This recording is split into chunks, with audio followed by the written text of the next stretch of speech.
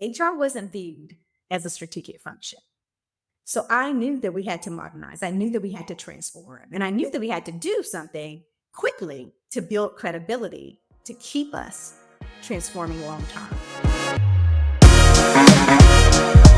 Hello and welcome to the Future Proof HR podcast, where we explore the cutting edge trends shaping the future of HR, people operations, and the way we work. I'm your host, Thomas Kunjapu, founder and CEO of Cleary. Today, I am honored to welcome Angela Briggs-Paige, the Chief Human Resources Officer at Acelero. As the first true CHRO in the company's 25-year history, Angela has led a transformative journey to modernize HR and align people strategies with business goals, with a focus on leveraging data, rebranding HR, and equipping leaders with the tools to succeed. Angela is redefining what it means to be a world-class HR team in this very rapidly evolving workplace. So I am so glad to welcome you to the podcast. Welcome, Angela. Thank you so much, Thomas. I'm so excited to be here. Glad to have you. And let's talk about just that journey, because you said to me, and it really stood out, Acelero, it's not a new company. It's this organization has been around for 25 years. And yet you were relatively recently hired as the first CHRO. What led to that decision to actually bring you on board? And what have been your impressions and core focuses in HR as you've been looking to transform the organization? That's such a good question. So I think it's about how do we create an organization that continues to be scalable, right? How are we using our biggest investment, our people, to drive business growth? And I always say what got us here won't get us there. So as we think about the impact we want to have on children and preparing them for success, we really need a more expert in HR to help drive the business forward. So I stepped in this role knowing that this was going to be fun. We were going to see some results, but all aligned to, again, how do we drive business outcomes? Maybe it's worth mentioning really quickly, what is the mission and the business that Acelero is in? Because you mentioned like students and the outcomes there. Maybe it's worth just explaining that for folks. Absolutely. We are about children, right? And preparing them to take advantage of their potential. So we focus on early childhood education, pre-K, to make sure that we're giving all kids an opportunity to be successful. Right? What does that mean? And as a Head Start alumni myself, I really understood the benefit of going through Head Start.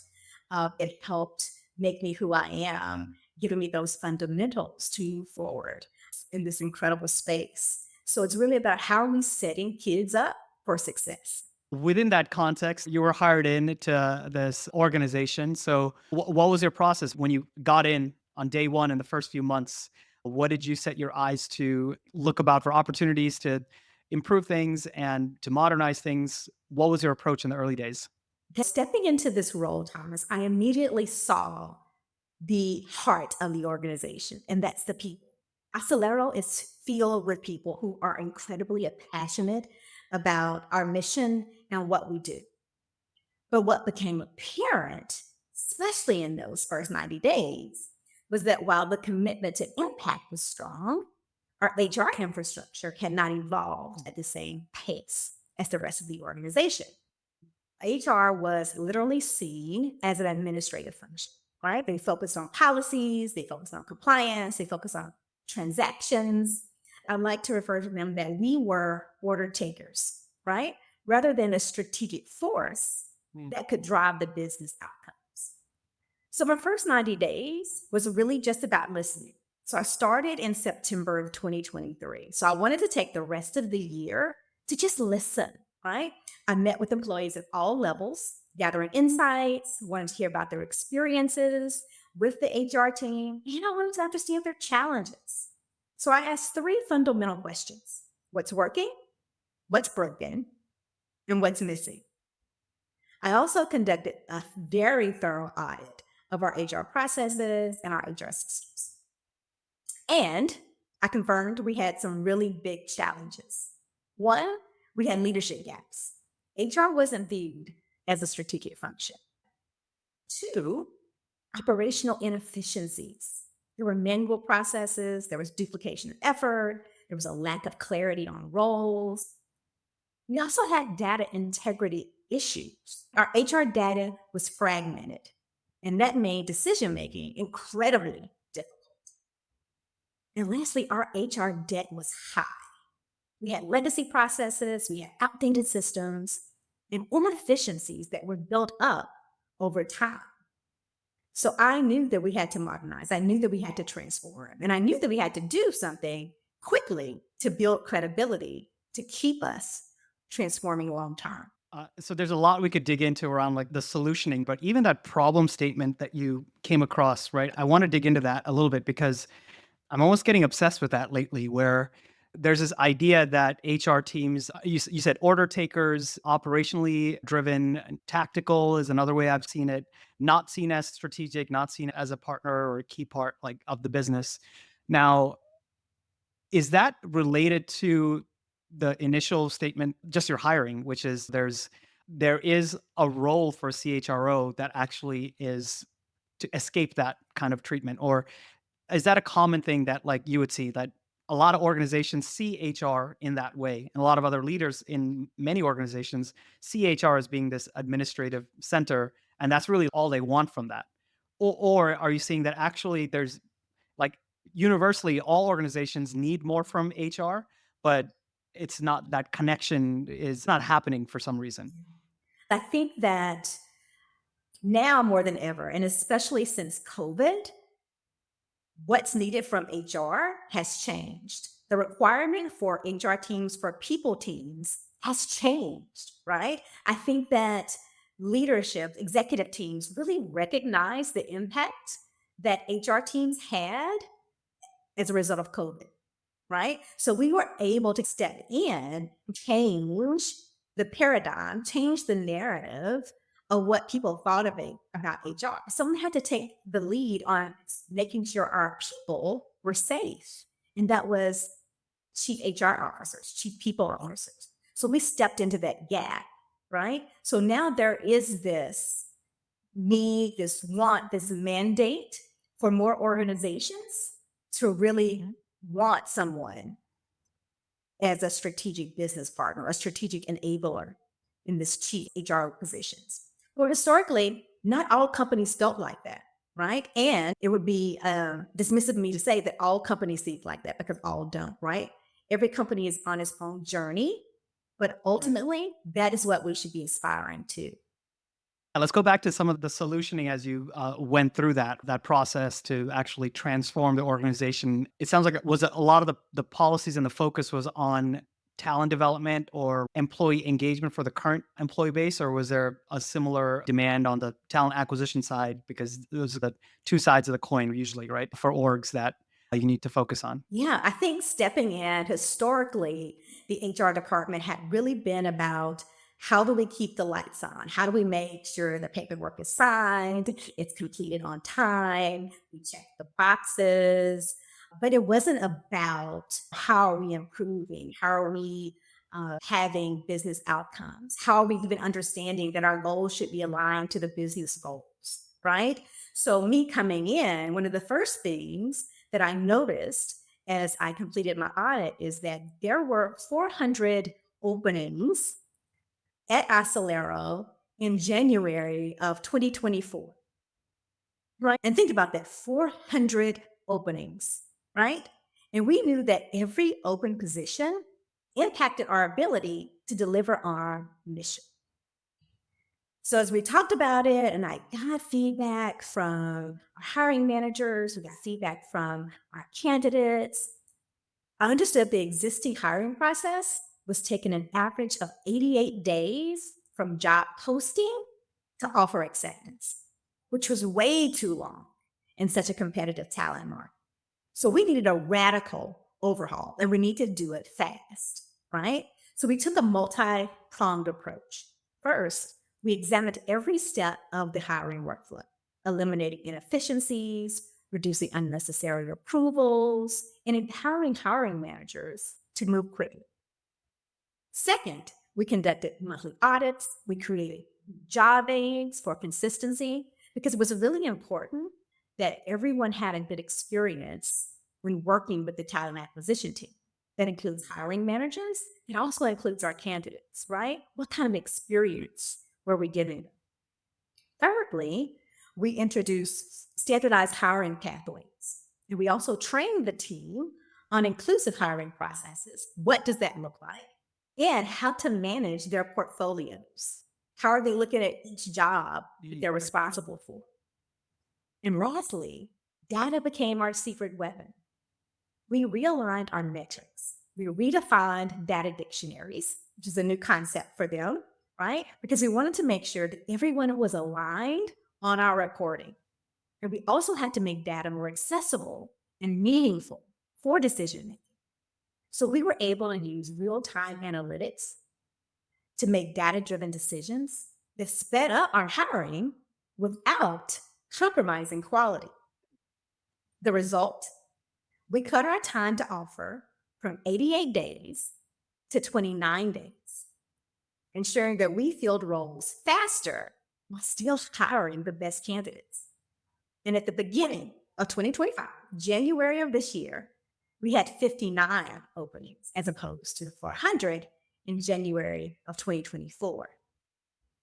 That's transformation. So as you went through that process, what were the key unlocks to get you down? But that's a huge percentage saving in terms of open recs, assuming that there's the same kind of steady growth. How did you achieve that? Because it sounds like you said it's multi-pronged, also multi-stakeholder, and it involves data. Is there one anecdote that you can share about one particular tweak that helped you get there? Yes, I will tell you a story. I was at a retreat and we had our senior leadership team at this retreat, and we were talking about our hiring process. I was talking to another senior leader who had applied internally for a position, and the hiring manager told me that they felt harmed going through our hiring process. And that was such a gut punch for me that I had to pause. But then I had to figure out why he felt like that. What were we doing? And if our internal customers, our employees, were feeling like that, what did that mean for external customers, our external candidates? So it really was drafting and documenting the process, understanding the bottlenecks, understanding how people were feeling through the process, right? So we didn't have a clear documentation of the process. So that meant our talent acquisition partners were not trained all the same way through the process. It really depended on who they were talking with to train them as they came into the organization. We didn't generate feedback from hiring managers, what their experience was, nor did we generate feedback from the candidates. What was their experience? So we really had to start doing that and doing that quickly, because we also had to understand that anytime a teacher is not in a classroom, then there are more children who are not afforded quality education so they can be successful. So it was really about, how do we do this? How do we put these existing resources to do this? How do we talk to and co create with our hiring managers about what they need? How do we make offers quickly? We know that in a competitive talent market, people are not waiting for us to make an offer. So we just had to align all of that. So it literally took me probably about 6 months to get everything aligned so that we could show proof of concept of some of the things that we did in the organization. So it's not easy, but it's also being really intentional and deliberate about what we needed to do and being honest about where we were. So it seems to me on the talent acquisition side, there's a bit of a funnel and some clarity in metrics, at least at a high level, around what is expected from an HR team. We need to hire qualified people and fast, right? As measured by open recs and time to fill and those kind of things. And the business impact is clear from there because it was done. Absolutely. And HR, but then everything that an HR team does for current employees any kind of programming at all can be a little bit more nebulous and is also an important part of aligning what you do to be strategically aligned with what the business needs. How do you ensure that everything that the HR team is doing after the moment of offer accept onwards, which is all about impacting the current employee base, how do you ensure that is not administrative and it feels strategic to all internal stakeholders? I think that we have to think about the employee life cycle and how are we breaking that down because you can't accomplish everything in a year, right? So I'm always saying, what are those critical Mhm. 2 or 3 things that I'm going to work on in a year so that we can separate that from the day to day, right? So what are those 2 or 3 weeks? Mhm. So when I think about talent acquisition. I think, how are we attracting people? How are we being the place people choose? So that's number one. So we focused on that. Second is, how do we continue to be the place people choose? So what does that look like in terms of their onboarding experience, right? And what do they need in terms of their onboarding experience?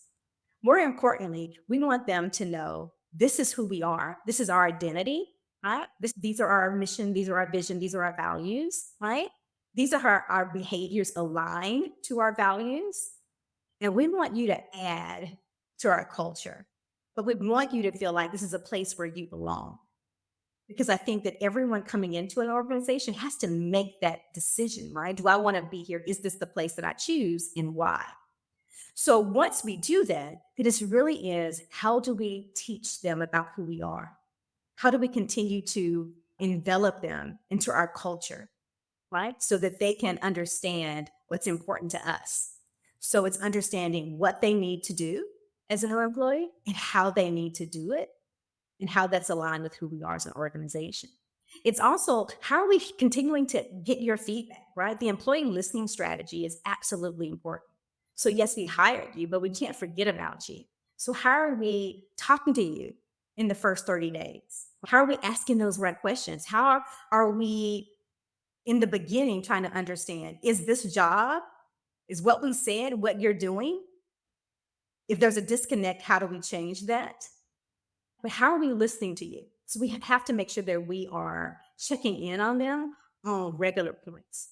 So the team goes in and they checks in. They schedule 30-day check. The manager does 30-day check. The people team does 60-day checking. Just want to check in, see how things are going. Do you have any questions? Is there anything else you need from us? But we're constantly making sure we hear the voice of our customers, and those are our employees. And that's important to us. Taking that idea a little bit further, you talked about how you rebranded the HR team internally around what it is that you're doing to your stakeholders. I think you made the observation that you felt like it was seen as too much of an administrative function. How did you do that rebrand and what did that really entail? That's such a good question, Thomas. And it was really important because it wasn't just about the name change, it was really truly about redefining how employees experience HR. So we wanted to change us being an administrative function or people only coming to us when there's an issue. There's nothing worse than we can all talk about when you walk into a conference room or you walk in to an office and they say, oh my goodness, HR is here. Right. So we had to change that perception entirely. So we transitioned from human resources to the people team. And that's because we really wanted to reflect our commitment to employees as individuals, not resources. So it wasn't just a cosmetic shift. Our messaging now centers on being proactive partners, right? How are we talking to you about your career development? How are we architecting workplace culture? How are we focused on your well being, whether it's mental, whether it's financial, whether it's social, right? How are we doing this instead of just being administrators of policies? So we really have been positioning the people team as a resource that employees can trust and turn to for support. We also changed our messaging externally, right? We wanted to amplify our employer brand making it clear that Acelero is a place where people can thrive. I think the impact has been powerful. This rebranding has strengthened our employee engagement. We saw a net 4-point increase in our employer net promoter score. It's made HR more accessible, and we're viewed as being solution focused. There's nothing more than coming to the HR department and hearing no, as opposed to, how can I help you with that? I think our leadership team also has improved, right? As we think about our role as business enablers, helping to attract talent, helping to retain and develop employees, how we're fostering that thriving culture. Everything has improved because now we're seen as a resource, right? So it really has been important to our long term value that we're offering to the organization. So we talked a little bit about the messaging side and the intent of this rebrand and how it's really about taking an organization that has been organization meaning the HR organization historically has been very administrative and changing that out.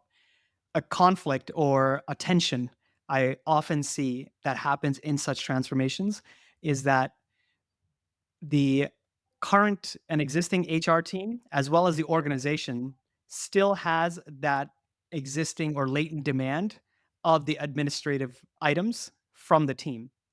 And the issue with the transformation is that there's just too much to do. Like, we still need to process the tickets. We still need to make sure the leave is processed and that performance review happens and questions get answered for employees. And now I've got to do all this other stuff on top of that. How am I possibly going to have enough time to make all this happen? How is that, or did that come up, or how would you address something like that if it hadn't there in particular? I think that there was fear, right? Fear of change because people were comfortable with what they were familiar with. And at the end of the day, they always Yeah. seem to go back to what they're familiar with. So for me, it's okay. We're going to do that, but I'm going to redirect you back to where you should be focused. So one of the things that I did was I also had to change the people structure when I came into the organization, right? And that also included changing the roles, adding more clarity into the roles. We had new people leadership that was either um, within the organization, but some came externally into the organization. But it's also holding them accountable for your role and what you're doing now, right? A good example is we talked about the administrative work that we're doing. And I had a lot of HR generalists, HR directors who were comfortable with that instead of having conversations with our business leaders to understand what their goals were for the year. So it's always a question of, hey, I want to fill out this paperwork. And I said, that's great. Is that what you should be working on? Tell me about that. And then it forces them to say, yep, no, I need to go back and understand the business goals. So for me, it's patience to make sure that they don't fall back to what they're comfortable with, but also upskilling and reskilling to make sure they understand what their roles should be now in helping drive the business forward. So for me, it's always we're business people first and we specialize in HR. So as a business leader, what should we be doing to ensure organizational success? So all of our conversations always come back around to how are we ensuring business success? And I like to say they always lead with policies. And that's great because I want you to know what they are. But I also want you to step out and figure out how can I help the business be successful? Because you already know the policy. Now, take what you know and figure out how we can make the business be successful. That's so interesting because uh, I think, taken one side of this debate that's been going on in my head, right? So as you see the demand from the HR function kind of shifting, and then a lot of folks have done things a certain way and are really focused on being reactive and processing payroll or processing a process and ensuring that the trains are running exactly per the schedule and the schedule doesn't change, right? Maybe yearly, right? Is growth really organizationally, right? The one way to do it is to ensure that everyone is aware that as an HR generalist, as an HR manager or a director, your role is going to go from the administrative to the strategic, and it's going to go back and forth hour to hour, or at least day to day or week to week, depending on the particular task at hand. And you focus on upskilling, broadly speaking, the HR org to be able to think in both systems and to influence leadership while at the same time answering detailed policy questions or being responsive to a W-2 request that's off cycle. But a whole other approach could be to focus on specialization, where you can have some folks who actually thrive in operational capacities and in responsiveness focus on that, while you carve out a different type of role where it's really hard for 0% of your time to be administrative or a little bit reactive, I would think. But the vast majority of it is carved out in a way to those specialists who thrive in that kind of functionality. That's a potentially different approach, right? In terms of how you could lead or evolve your org. Um, how do you think about that? I have both, right? So I have my people operational services team, and within that team is the people connect team, right? So they are the first response to frontline questions. They also do benefits, they do compensation, they do leave requests. They are our operational efficiency. That's my chief HR operations officer leads that team. And that's where most of the Right. administrative work goes. Then we have our people strategic partners who focus on the strategy, aligning with the business, really become the leader of HR in their assigned client groups, right? And making sure they understand what that means, making sure they understand what that business needs from them as the HR leader for that business. So I have both, and you're absolutely right, because we want to make sure that we also have career paths for our people team members. So they may start in the post team, people operational services, and grow through that. And they may figure out that they want to specialize and stay over there, and that's fine. I want that, right? I want you to be excited about what you do. But I also want to give you the opportunity to move to other areas. So if you like the people success team and you want to figure out how we can better develop our talent, right? What does leadership development look like? What does career development look like?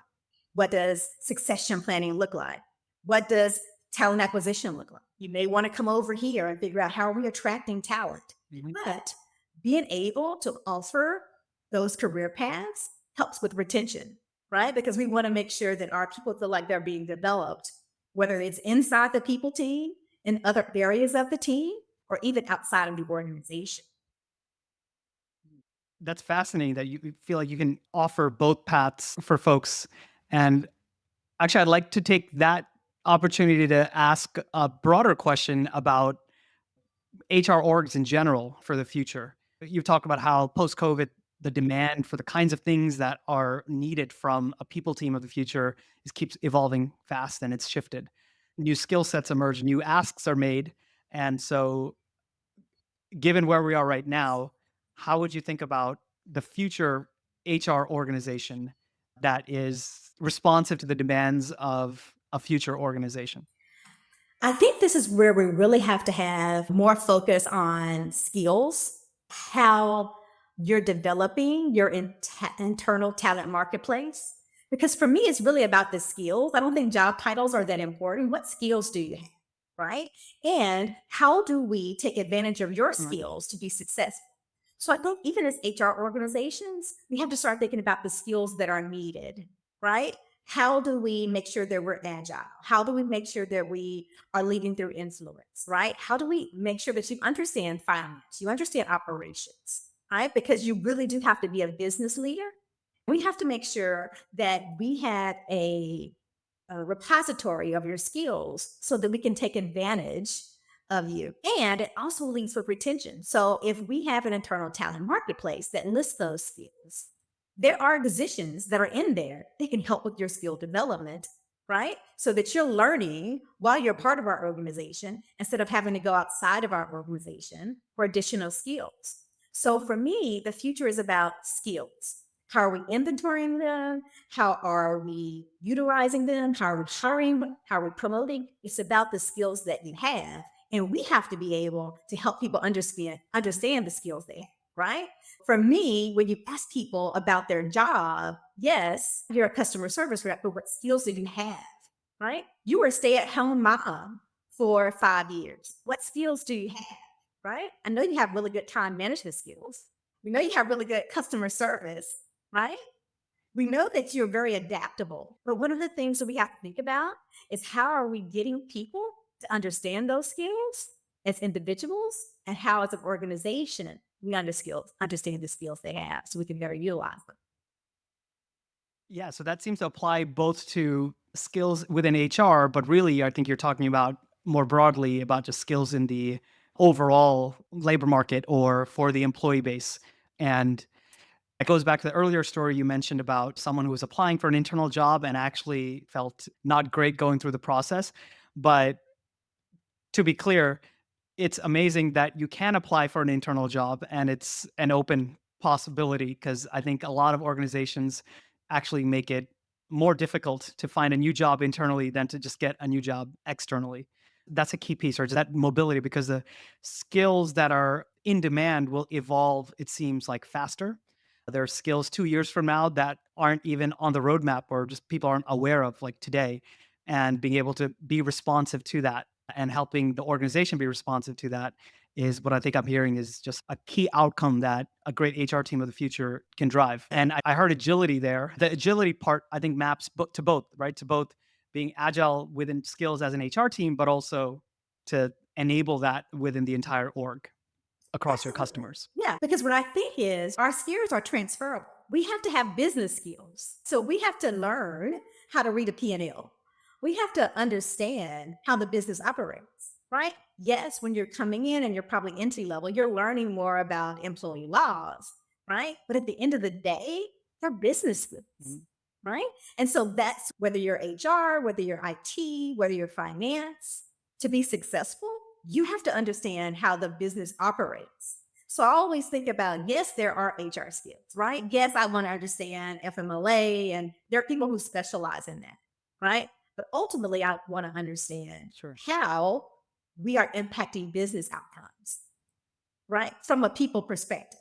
So I always tell everyone what keeps me up at Mhm. night is how our people, how we're thinking about our people in business decisions. So that's what's important. I think they're business skills. As you say that, I think if you're giving advice to someone, I'd love to pose this question to you, is like a friend, son, or daughter is considering getting into HR as a first role. It sounds like one of the things you might tell them to do is, hey, maybe learn how to read a P&L statement. It sounds like maybe advice that you're giving in terms of preparing for any kind of like HR role. So, how would you answer that more broadly? I'm curious, Angela. Just new person coming into the labor market, considering going into this particular career, and obviously looking to the future as a place of job satisfaction and growth, what would you advise them? Thomas, I love this question. And I love this question because it happens to me all the time, right? And the first thing is people tell me they want to get into HR because they love people. I said, great. Have you ever considered social work? Mm, In HR, it's more than about people, right? It's an understanding how people are impacted by business decisions. So, one of the things that I always do to my teams is, especially back in the day when the Wall Street Journal was in paper, and I would pick an article, and we would have to read the article as a team and understand the people impact of what was happening with that business, right? Because it's not about being, mhm. I like people, right? Because you have to make hard decisions in HR about the people. So it's about thinking about the people and how business decisions impact the people. So it's about, yes, great, I want you to get in HR, but let's talk more about what that means. That means that you want to make sure that you're hiring the right people. You want to make sure that you are promoting the right people, right? We want to make sure that there is a strong rewards and recognition program for our people so that they continue to want to be here. It's really about how do we ask additional questions to really figure out what excites them. But it can't be about, I just like people. So, Is that an observation you made as you became an experienced person in this space? Or was that something you learned along the way? Or would you consider yourself, when you were back in the day, in that same bucket with that attitude? And more broadly, are there any other things that are counterintuitive to you, right? Where if you're talking to yourself when you were getting into the function back in the day, that you did not foresee and that you had to learn, if not the hard way, at least through experience? I had to learn the hard way. So, just a little bit about my background. I always knew you could not have told me differently that I was not going to be a doctor, right? So, I took Latin for 4 years in high school. I minored in classical languages because I had Latin and I needed that for the MCAT. When I first went to school, it was a biology major, and you could not have told me that I was not going to be a doctor. So, like many people, HR chose me. So, I had a work study opportunity with the dean at my university, and she was an administrative dean. I got to sit with her and understand what HR was at a very entry level. And that kind of changed my trajectory and my career path. But even then, I didn't know what HR truly was or the value HR truly could have in an organization. So I'll never forget, as I was growing through my own HR career journey, I was offered a position with a professional sports organization. And we are talking about what we need to do from the HR team. And we would barter tickets to get supplies. And I was like, oh, I think that was my first moment. I was like, oh, no, I can't do this. This is not what I'm good at. So I was like, no, no, that's not going to work. And I was probably there about 6 weeks. It wasn't good. What they sold was not what I bought, but it made me think about, what do I want to do? It made me think about, how do I change my thought process about HR? And so I started thinking about HR differently. And I think that one of the best compliments that I ever got was when I was the chief people officer at Pop Healthcare and the CEO, who had worked with larger organizations. And I had to grow that HR team from scratch. We had 87 employees when I started, to thousands when I wound up leaving. But he was like, "You are the best HR person that I've ever worked with." And that was important to me because I understood the business. And it was because of that, more things were added to my portfolio. So it just wasn't HR, right? It was also how to handle compliance and credentialing, and other things were added to my plate because I understood the business. So I was able to grow the HR team along with the business, with the idea that, yes, we want to care about the people and we're leading with empathy, but we also want to make sure our people know how we grow the business. We need to make sure our people know the business outcomes we should be focusing on. And what does that look like? So it changed how we communicate what's needed, even from a performance perspective, right? What does that mean? What are your goals that align to our bigger wigs or our bigger strategic imperatives to drive the business forward? How are we all making sure that we all are speaking with one voice? That's changed me and my philosophy about HR. It's clearly, because that's been a theme I've definitely heard throughout our conversation about being conversant in the business and being able to speak that language with your stakeholders and fellow leaders in the organization.